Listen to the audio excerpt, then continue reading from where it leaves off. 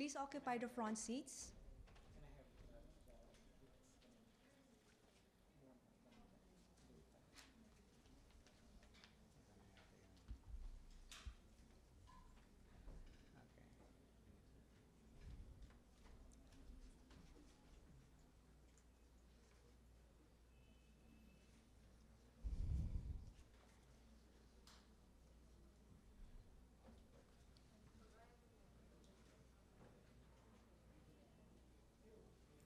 Good afternoon, ladies and gentlemen. My name is Nerissa Esguerra, and I'm the Director of the Development Information Staff of the National Economic and Development Authority. And thank you for coming to today's press conference on the second Structural Reform and Ministerial Meeting, or SRMM, which will be held tomorrow until Tuesday at the Radisson Blu Hotel. To begin, it is my pleasure to introduce you to the Chairman of the second SRMM and Philippine Economic Planning Secretary and Director General of the National Economic and Development Authorities, Arsenio Balisacan. Sir? Ladies and gentlemen, members of the local, national, and international press, good afternoon. For 1.5 days, beginning tomorrow, ministers and high-level officials coming from the APEC member economies will meet at the Structural Reform Ministerial Meeting, or SRMM, to discuss issues relating to structural reform. A better way to appreciate the forthcoming Structural Reform Ministerial Meeting is to first understand what structural reform is. As you will read in the short primer that our staff provided you, structural reform is about changing government policies and regulations so that economic transactions can be done more efficiently. In particular, it aims to eliminate complex and unnecessary government regulations and processes that keep firms and individuals from pursuing the best business and job opportunities for them within the country and abroad. Take the case of professionals seeking opportunities abroad, but find that their licenses are not recognized in other countries, while some firms wanting to do business in another country face legal prohibitions. There is also the case of expiring birth certificates, which means that individuals needing to submit a birth certificate will have to apply for a new one almost every time. Or a firm wanting to diversify its products offerings but would have to obtain additional licenses and permits to be allowed to do so. As a result, discouraged individuals often get stuck in low productivity jobs, earning low incomes. Many businesses remain small and informal, while even those in the mainstream are constrained from expanding their markets. Structural reform is about removing this kind of barriers to unleash growth potentials of individuals and firms. Removing such impediments will allow resources to move more freely so that they can be put into more productive use and help raise incomes and generate employment. Structural reform can range from simple changes in procedures to very significant policy reforms. In the Philippines, we have implemented quite a number of them, though not as part of a comprehensive package of reforms. A simple reform is when we no longer require a urine test in getting a driver's license. Another is the introduction of the Universal Multipurpose ID card that enables the holder to transact business in several government agencies using only one card. There is also that recently launched the Philippine Business Registry that reduced the number of days it takes to register a business from several weeks to only 30 minutes. Removing the oil price subsidy while allowing more players into the market and strengthening the regulatory agency is one example of a very complex structural reform. Another is when government divested its interest in power distribution utilities and instead focus on transmission and regulation so that the private sector would be encouraged to go into power generation business. And more recently, the passage of the competition law that defined what we mean by anti-competitive behavior and also created the Competition Commission. Tomorrow's structural reform ministerial meeting is only the second one to be held in APEC since 2008. Back then, in Australia, the ministers agreed on a structural reform agenda. In 2010, the APEC New Strategy for Structural Reform, or ANSRR, was launched. 5 years hence, ministers from the 21 APEC member economies will once again meet to review how much progress has been made. There will also be sharing of experiences and lessons learned in undertaking structural reform.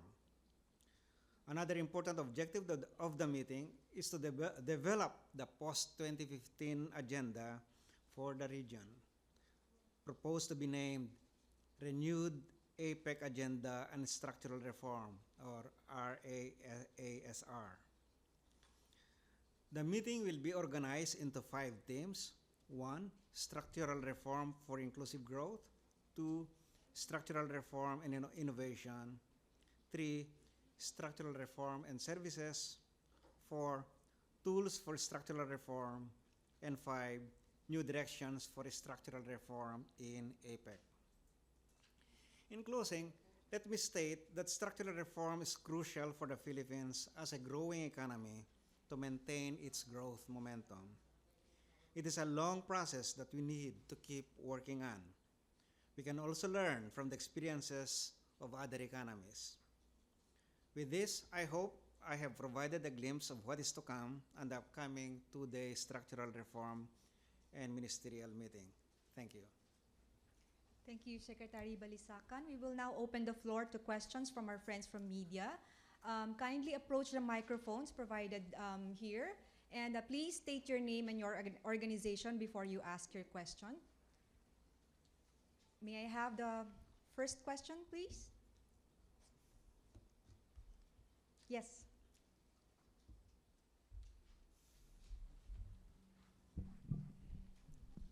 Good afternoon, Secretary. I'm Mikael Flores of Business World. Sir, what are the best practices here in the Philippines that we can put forward in tomorrow's meeting that would benefit a region-wide APEC agenda on structural reforms? Thank you. In recent years, we have been pushing for sustained inclusive growth. And we have experiences. We have gained some mileage in pursuing inclusive growth and making that growth also sustainable. We have introduced a number of reforms to ensure that growth is rapid while it's also inclusive and sustainable.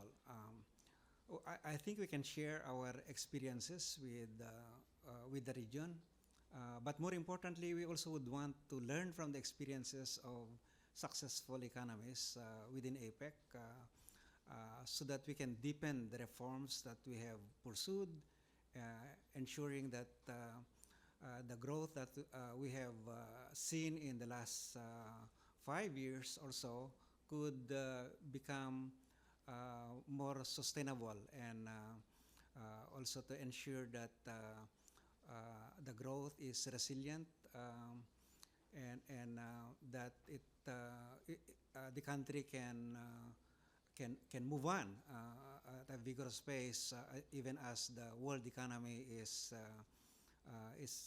a bit shaky. And I think that our member countries, or the member countries within APEC, have had some experiences that are worth looking into for our own applications. Thank you, Secretary. Any other question? Yes, please.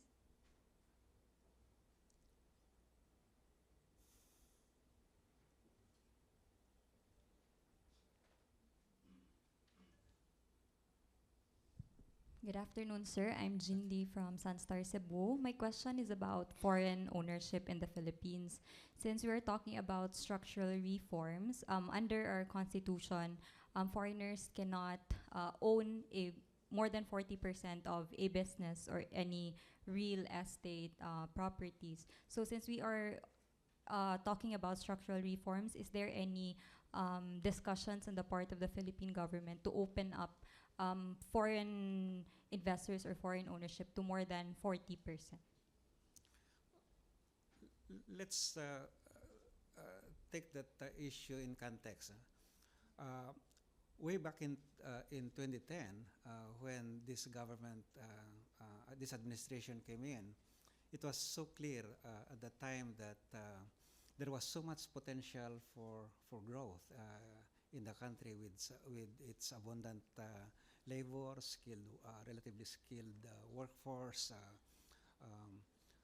natural resources, and so on and so forth.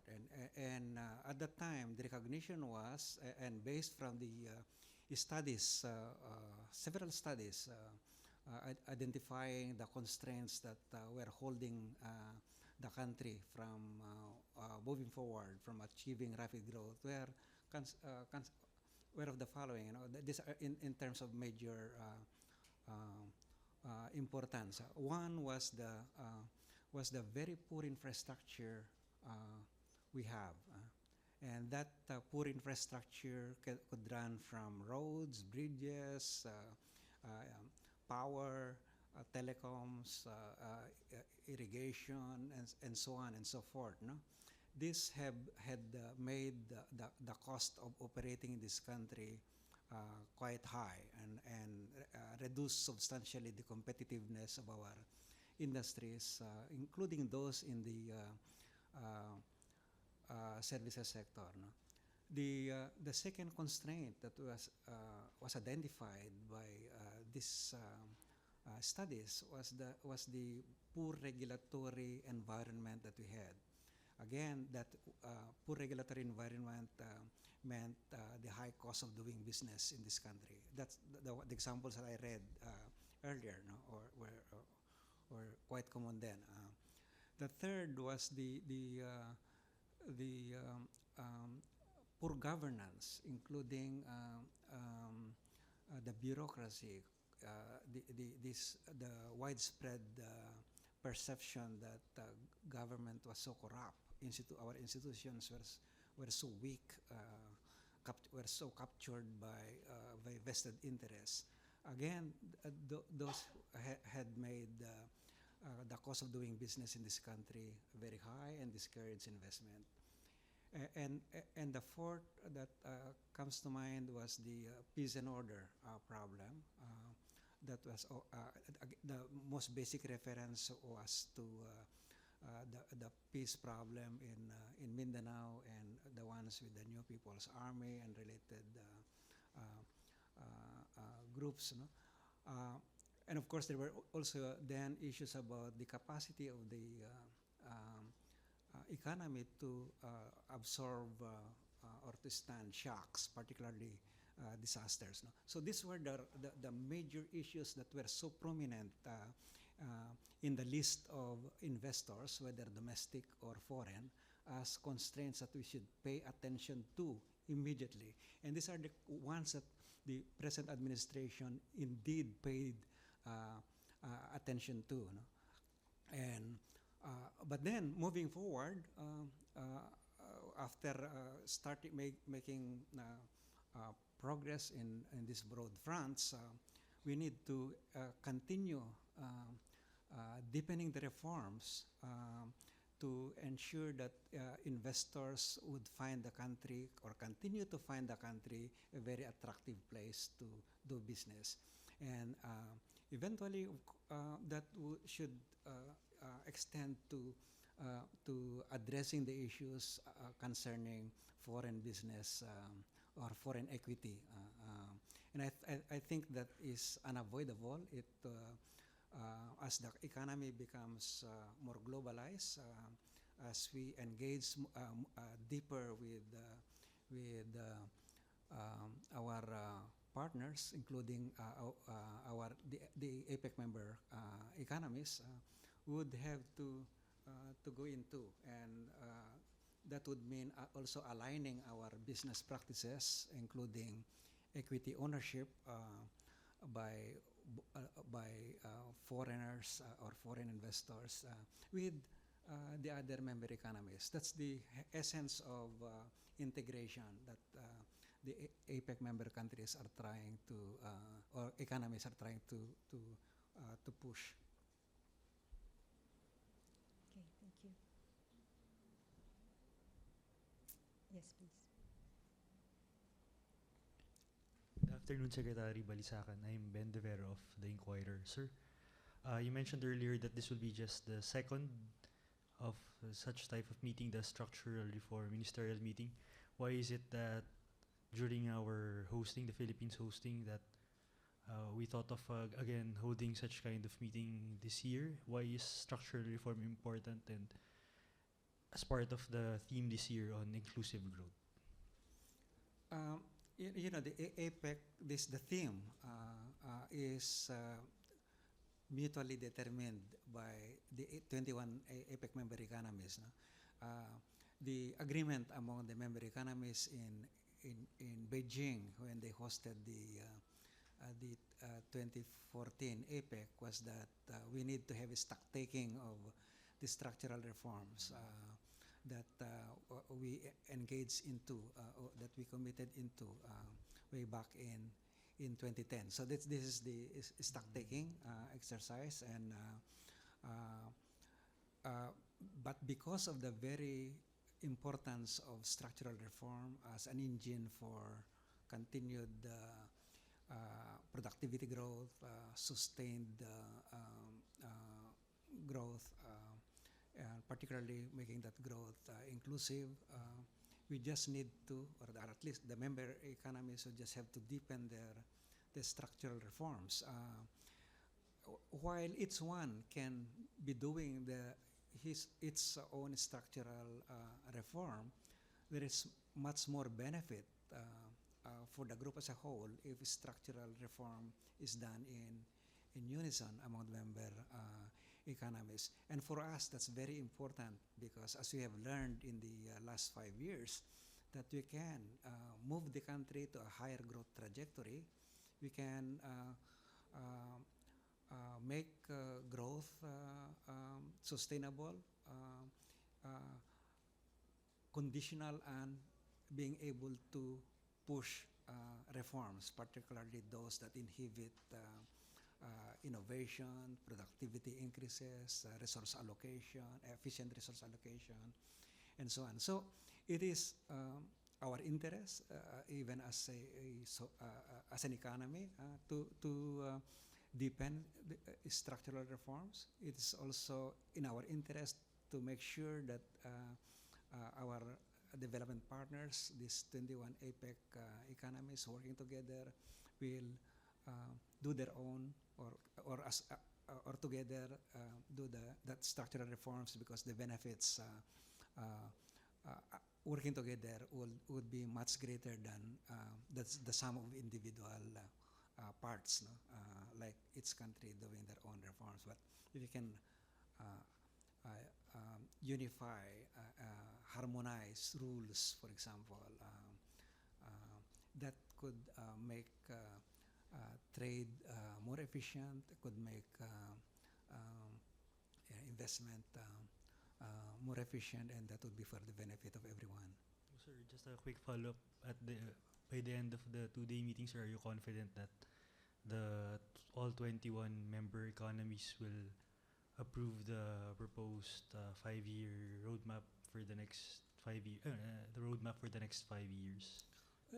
The discussions will not start tomorrow. No, that these discussions have been going on, starting with the technical working groups of various committees, with the senior officials, and in fact, what we will see tomorrow are the outcomes of already discussions among technical groups of the member economies, and So tomorrow we'll make a decision on key issues that these various committees of APEC have come up with, at least for those relating to structural reform, and then endorse those or will endorse our recommendation to the leaders who will meet in November of this year. All right. Thank you, sir.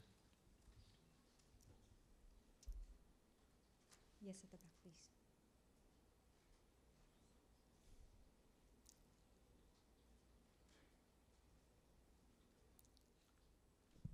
Good afternoon, sir. I'm Vanessa Good from afternoon. Cebu Daily News. Sir, I would just like to ask what major reforms are being introduced in the Philippine roadmap that we're pushing in APEC? Say that again, please. What major reforms are being introduced? What major reforms? Quite a number of them, but we organize these reforms into five or three pillars. No, three pillars. One is the open markets. No, making markets more open across the member economies, more transparent, more predictable. The second one has to do with deepening participation in markets among various members of society, no? Various sectors, various geographic areas, various population groups, and so on, so that no one is left behind. That's the essence of inclusiveness. And the third pillar is the institution of social policies to ensure that those who are exposed to, say, shocks like natural disasters or economic shocks are not pulled down to poverty, and they're in fact catch by the system of economic and regulatory institutions, so that again no one will be left behind. It also would mean building the capacities of communities to become more resilient to shocks, particularly again the natural disasters or hazards. No? So those three pillars are quite common, commonly common in terms of the relevance across the economies. This 21 APEC member economies, and if we get these pillars properly structured and pushed, we would think that the APEC member countries would achieve its aspiration, which is to advance the region as a prosperous, inclusive region. Sir, just a follow-up regarding the natural calamities. Will there be any proposal to push for business continuity programs? For continuity of? Business continuity programs after the disasters or natural calamities? Well, the after disasters, depending on the extent of disasters, economies would have to have a system that would get them into relief, recovery, and reconstruction, and so on and so forth. No? And that's one area where actually the member economies can share experiences. And in the case of the Philippines, for example, we were quite amazed of the level of support extended by our partners from the APEC member economies when the Visayas and some other parts of the country were hit hard by Yolanda, no? Typhoon Haiyan. So I think that getting the economies more resilient is key to the continuity of business, and what we need to identify is the set of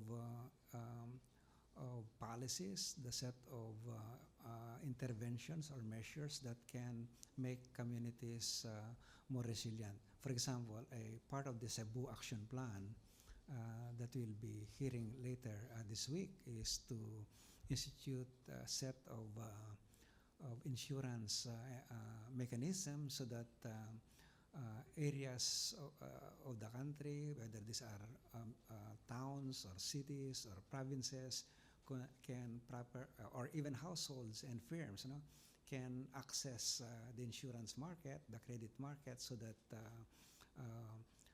households or firms or even LGUs can do quick rehabilitation and reconstruction when a disaster hits them.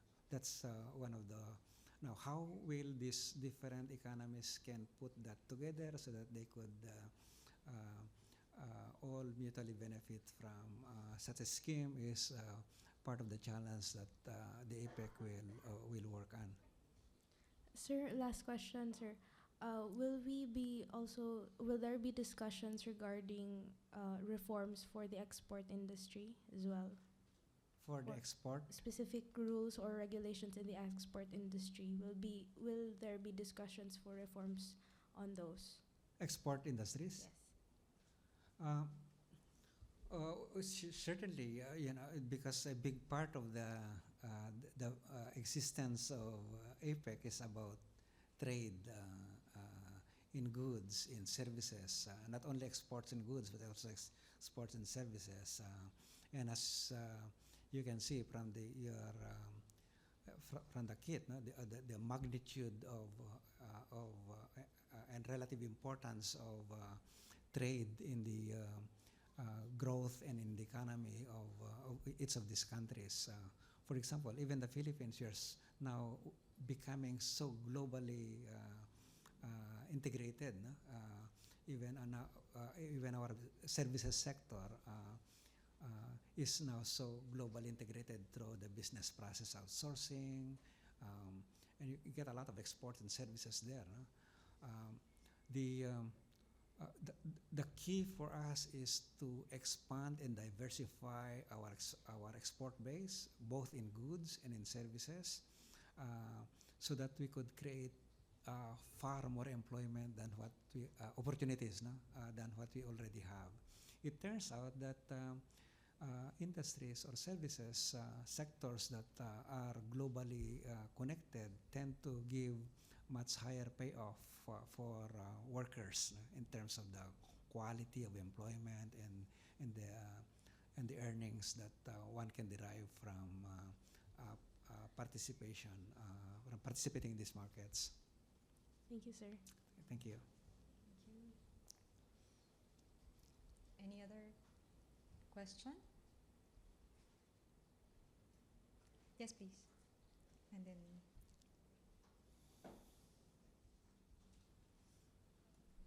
Good afternoon. I'm Carlo from the Freeman.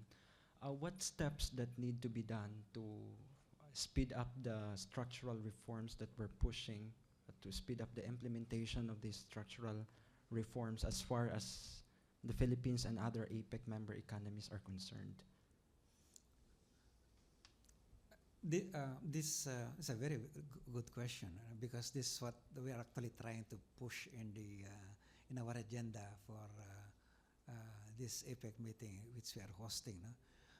Part of the recommendations we are making is to identify explicitly what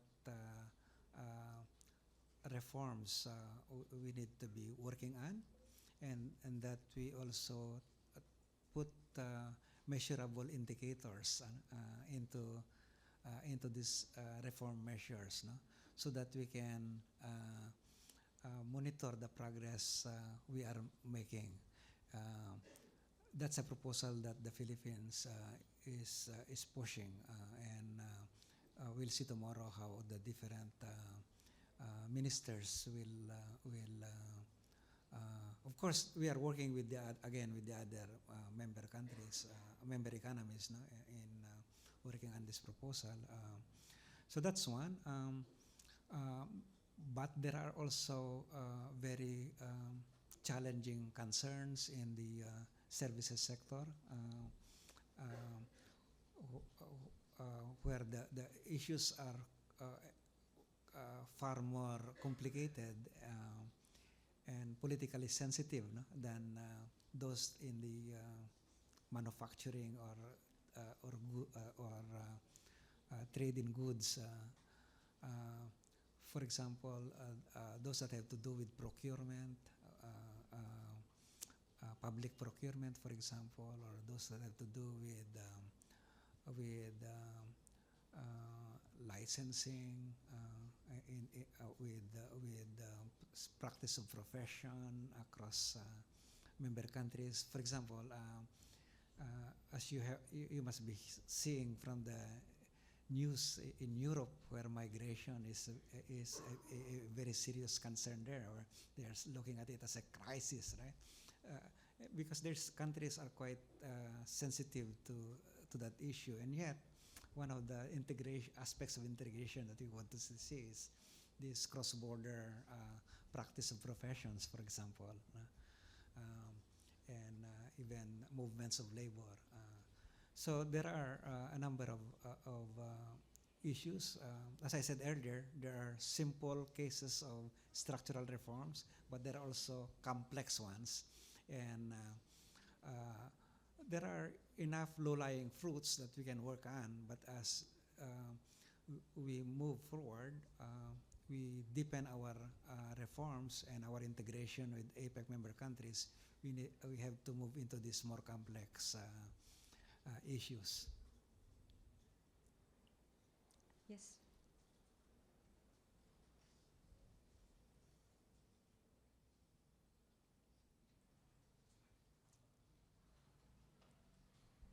Sir, since we are talking about structural reforms and more importantly growth in the Asia-Pacific region and specifically in the Philippines, regarding the GDP growth target of the country in 2015, do you think we can still achieve the 7 to 8% GDP growth?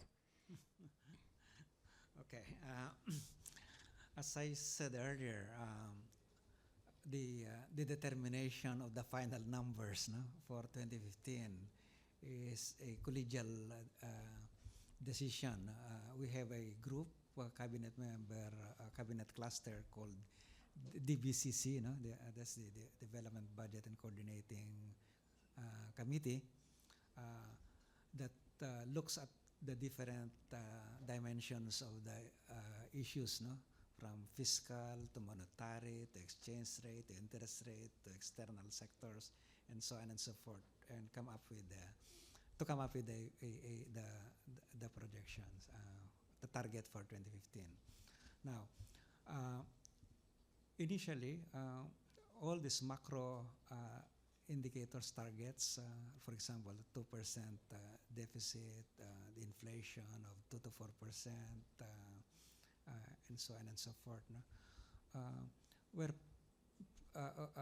anchored on the target that we will grow at 7 to 8%.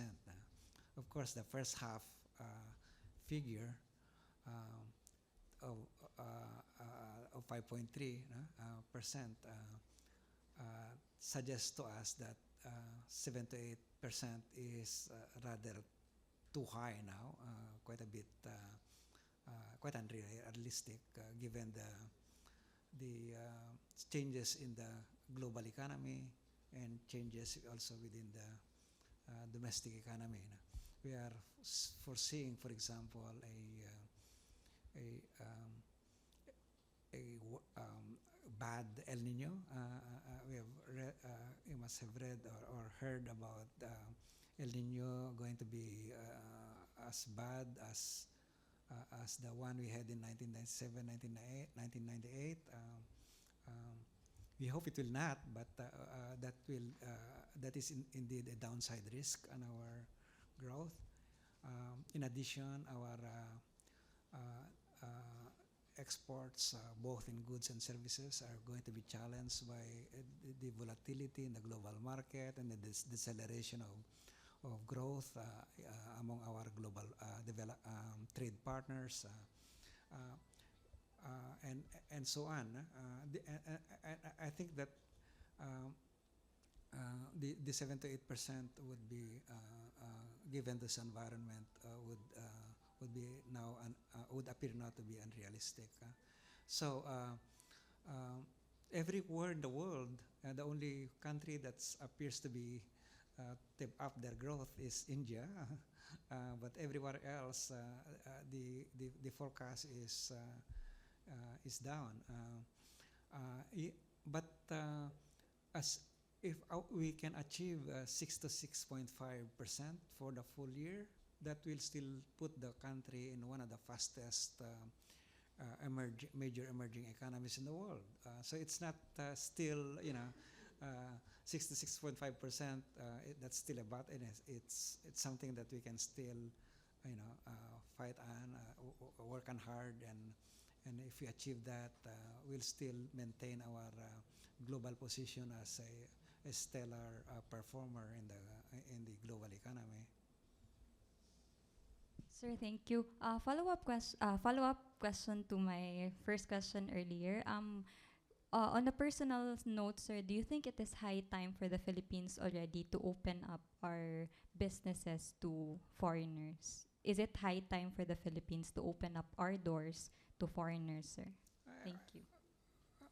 Personally, we should start thinking about and discussing the issue because, as I said, the economy has expanded quite fast, and the domestic capital is simply no longer sufficient to bankroll so many projects, particularly big ones, that we need. More importantly, also, as the APEC theme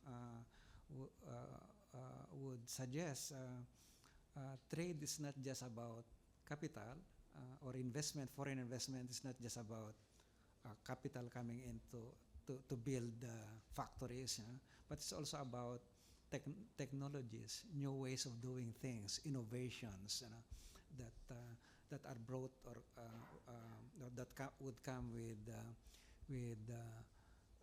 foreign investment. So, and we would want to capitalize on that. If we can anchor our pursuit of inclusive growth with innovations, technologies, improved processes that our neighbors have already learned, we don't have to start from scratch. We can take advantage of those. But again, these are often embedded in foreign investments. So that's to us would be critical. And you can see that now we have been doing these big PPP projects, right? And as you can see,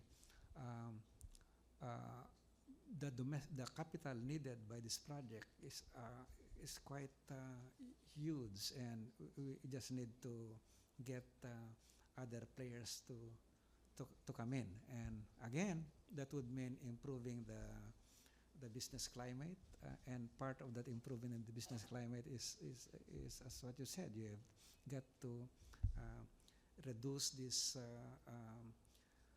cost of participation of foreign businesses into our shores, so that we can capitalize on and build on their particular advantages. Again, as you know, one of the themes also of this APEC is the value chain, the global value chain, enormous benefits that can accrue to a country if it's part of that chain. And that this is part of our goal, to get even the small and medium enterprises linked with that global value chain. But again, that to be linked with a global value chain, you may have to start tweaking about those restrictions in our ways of doing business. Yes, Hi, sir. Good afternoon. Mads Miraflor from Manila Bulletin. Just going back to SRMM, just for background, I understand that this is the second SRMM that the APEC is having. In the past, what are the structural reform efforts that the region had tried to pursue and had done, and how successful it is in implementing them? Thank you. It's a very good question. Part of this exercise that we are having now is, as I said earlier, stock taking, no? Learning from what we actually have or achieve in the first round, starting in 2010. When the economists work on a strategy for structural reform at that time, it's largely voluntary. Well, APEC is like that. It's really a voluntary reform effort, but there is that commitment among the member economies to engage with its other in such a way that it's not just a voluntary thing, but a commitment. No? And one of the lessons that we have learned from that stock taking, as I said earlier, is that you need to concretize what those reforms are, and come up with certain measurable indicators. No? To be sure, when you look at the list of reform efforts that each of the member economies put forward as their contribution or as their commitment into that structural reform agenda, it's quite a mix of many things, no? And you know,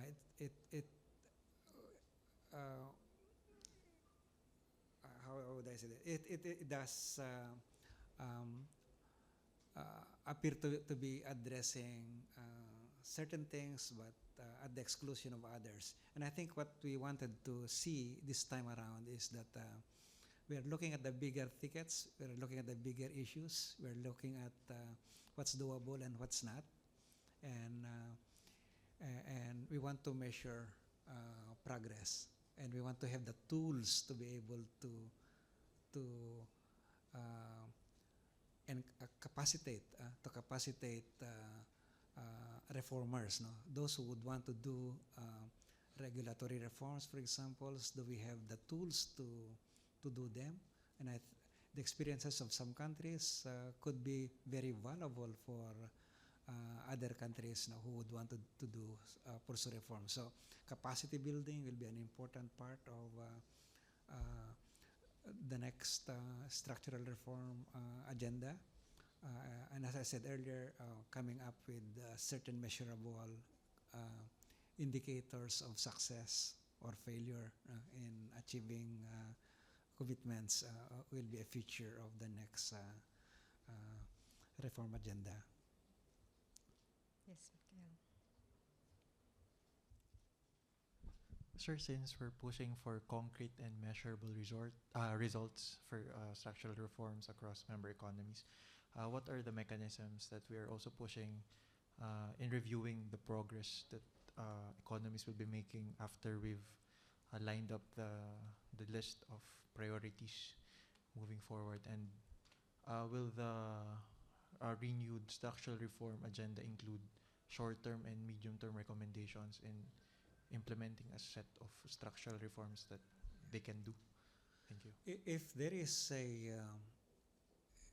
an agreement among the leaders to push for this, as endorsed by the ministers, then the next step would be to convene next year, perhaps, the economic committee or the relevant committees of the APEC to come up with those specific measures and timelines and the modalities of monitoring and guiding the whole process. No?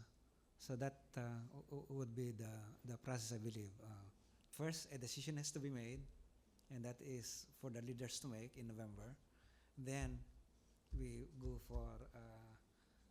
for the details. We would get the technical groups of the member economies to work on a workable operational implementation of the agreement.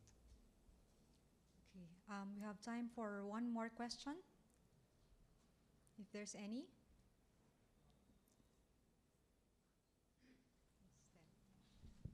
Ted Torres, Philippine Star. Sir, there are concerns about protectionism for individual Asian countries inside the APEC, that the larger economies may take advantage of their bullying positions to overwhelm, say, the smaller economies with smaller, weaker SMEs. Second question, sir, is that there seems to be a pathway for both the APEC and the 2015 Asian Economic Community. Is this by design? Okay, very a good question. The protectionism has always been a threat, no? Especially when economies suffer difficulties, no? Or have difficulties, as what many of the economies are currently now experiencing, no? Because there are political elements into this. Now, the world as a whole and the global institutions, from WTO to World Bank and so on, have managed to reduce certain forms of protectionism, like tariff. Tariff has become less and less instrument for protecting sectors of the economy, particularly the manufacturing or industries.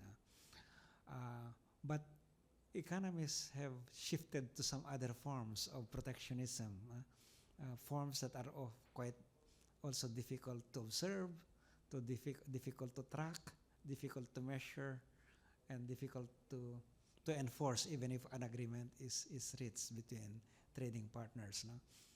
I'm referring to non-tariff barriers, no? And behind the border barriers. And this one area that is recognized very well by the 21 APEC member economies, and they're working very hard to identify those barriers behind the border barriers and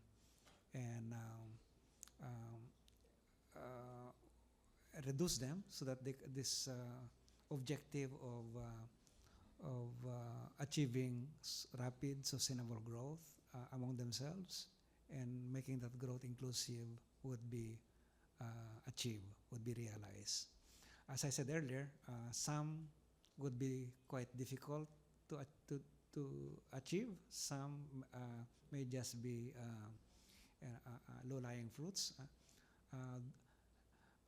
depending on the political sensitivity of some of these issues. Some of these behind the border issues, like practice of profession, standards with respect certain food standards or sanitary sanitary concerns. These are quite difficult to navigate. But I think that the APEC has been doing quite well. At least they're talking about these issues and discuss among themselves what need to be done. So that's suppose part of the challenge that these economies will have to face, making those issues more transparent,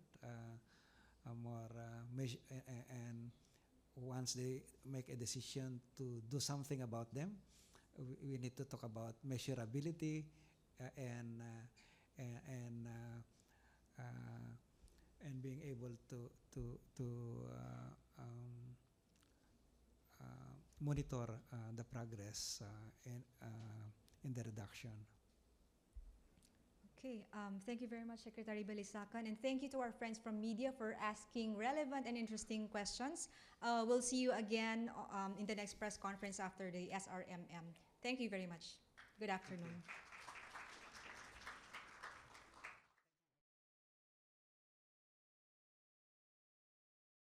It's 2 days.